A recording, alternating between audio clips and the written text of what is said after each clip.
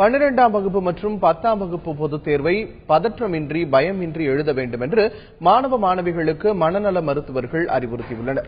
தேர்வை எப்படி அணுக வேண்டும் என்பது போன்ற மாணவர்களின் சந்தேகங்களுக்கு மனநல மருத்துவர்களின் ஆலோசனைகள் என்ன என்பதை தற்போது பார்க்கலாம்.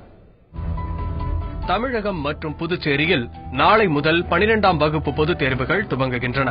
6500 பள்ளிகளில் இருந்து 8,39,000 மாணவ மாணவிகள் தேர்வு எழுதுகின்றனர். மாணவர்கள் பதற்றம் இல்லாமல் பயம் இல்லாமல் சிறப்பாக தேர்வெழுத வேண்டும் என்று மனநல மருத்துவர்கள் ஆலோசனைகள் கூறுகின்றனர்.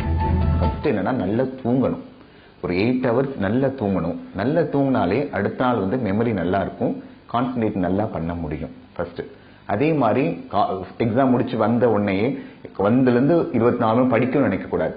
எப்போதுமே கான்சன்ட்ரேஷன் மனிதனுக்கு 40 நிமிஷத்துக்கு மேல தொடர்ந்து இருக்க முடியாது யாருக்குமே. ஸோ 40 நிமிஷம் படிச்சுட்டு அதுக்கப்புறம் என்ன பண்ணலாம்னா ஒரு 10 நிமிஷம் கேப்பா ரிலாக்ஸ் பண்ணிக்கலாம். இந்த ரிலாக்ஸ் டைம்ல டிவி பார்க்க வேண்டாம், ஏன்னா விஷுவலா சம்டைம்ஸ் டிஸ்ட்ராக்ஷன் ஆயிடும், நம்ம பவர் இருக்கவங்களுக்கு கஷ்டமா இருக்கும். ஸோ ரிலாக்ஸேஷனா ஒரு மியூசிக் கேட்டுக்கலாம், ஒரு யோகா பண்ணிக்கலாம், ஒரு சின்ன வாக்கிங் போய்க்கலாம்.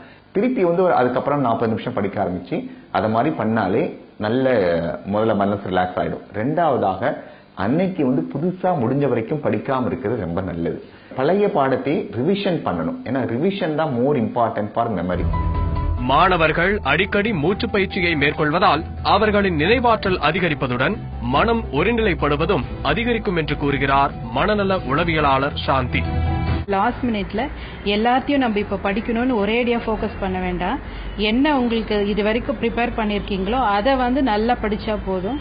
கொஞ்சம் ரிலாக்ஸேஷன் டெக்னிக்ஸ் யூஸ் பண்ணுங்க, பிரீத்திங் எக்ஸசைஸ் அந்த மாதிரி டென்ஷன் ஆகும்போது. அதே மாதிரி எக்ஸாம்க்கு முன்னாடி தூக்கம் கெடுறதோ இல்ல லாஸ்ட் மினிட்ல இந்த கொஸ்டின் இம்பார்ட்டன்ட் அந்த கொஸ்டின் இம்பார்ட்டன்ட் சொல்லிட்டு படிக்கிறதெல்லாம் இல்லாம என்ன தெரியுமோ அதை ரிலாக்ஸ்டா எழுதினாலே நல்ல ஞாபகம் இருக்கும். தேர்வு முடிவுக்கு பின் தோல்வியை ஏற்க முடியாமல் சில மாணவர்கள் தற்கொலை முடிவை எடுக்கக்கூடாது என கூறும் மனநல மருத்துவர்கள் வாழ்வில் தேர்வு ஒரு அங்கம் என்பதை நினைவில் கொள்ள வேண்டும் என மாணவர்களுக்கு அறிவுறுத்துகின்றனர். 12th 10th first state first எடுத்தவங்களாம் வாழ்க்கையில பெரிய ஆள் ஆயிடணும் அவசியமே இல்லை. ஸோ பெரிய ஆள் ஆறுது என்பது வாழ்க்கை என்பது வேறு, படிப்பு என்பது வேறு. ஸோ படிப்பையும் வாழ்க்கையும் போட்டு குழப்பிக்க கூடாது.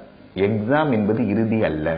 +2 எக்ஸாம் இஸ் நாட் உங்களுக்கு வாழ்க்கையின் இறுதி கிடையாது. தேர்வை ஒரு போராக கருதாமல் எளிதாக அணுகினாலே சிறப்பாக எழுதி அதிக மதிப்பெண்கள் பெற முடியும் என்பதே உளவியலாளர்களின் கருத்தாக உள்ளது.